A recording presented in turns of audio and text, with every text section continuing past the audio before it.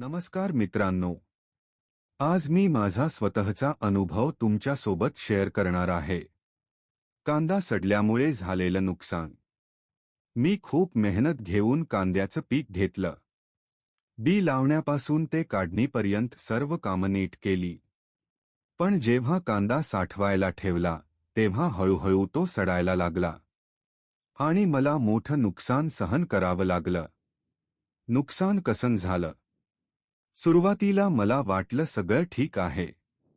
कांदा चांगला दिसत होता. पण काही दिवसांनी लक्षात आलं की काही कांदे मऊ पडत आहेत. थोड्या दिवसांनी सडण्याचं प्रमाण वाढलं. एका कांद्यामुळे बाजूचे कांदेही खराब व्हायला लागले. जेव्हा पूर्ण गोणी तपासली, तेव्हा कळलं की जवळपास 30-40 कांदा खराब झाला आहे. ही खूप मोठी हानी होती. सडण्याची कारणं अनुभवातून. माझ्या अनुभवातून मला काही मुख्य कारणं समजली. जास्त ओलावा.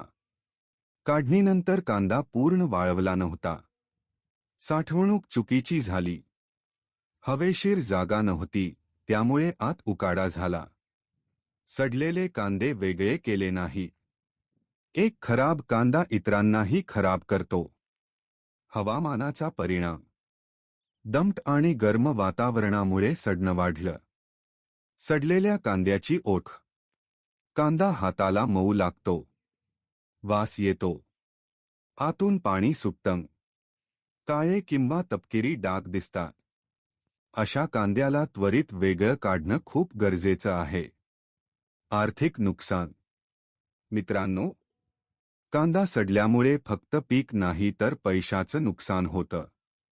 बियाण्याचा खर्च, खत आणि औषध खर्च, मजुरी, पाणी आणि वीज, हे सगळं घालवल्यानंतर जर कांदा सडला तर हातात काहीच राहत नाही. मानसिक ताण. फक्त पैशाचं नाही तर मानसिक ताण पण येतो. आपण मेहनत करून पीक घेतो आणि जेव्हा ते खराब होतं तेव्हा खूप वाईट वाटतं. पण अशा वेळी धीर ठेवणं गरजेचं आहे. उपाय. महत्वाचा भाग. आता आपण बघूया पुढच्या वेळेस नुकसान कसं टाळायचं. काढणीनंतर कांदा 3-4 दिवस उन्हात नीट वाळवा. साठवण करताना हवेशीर जागा निवडा.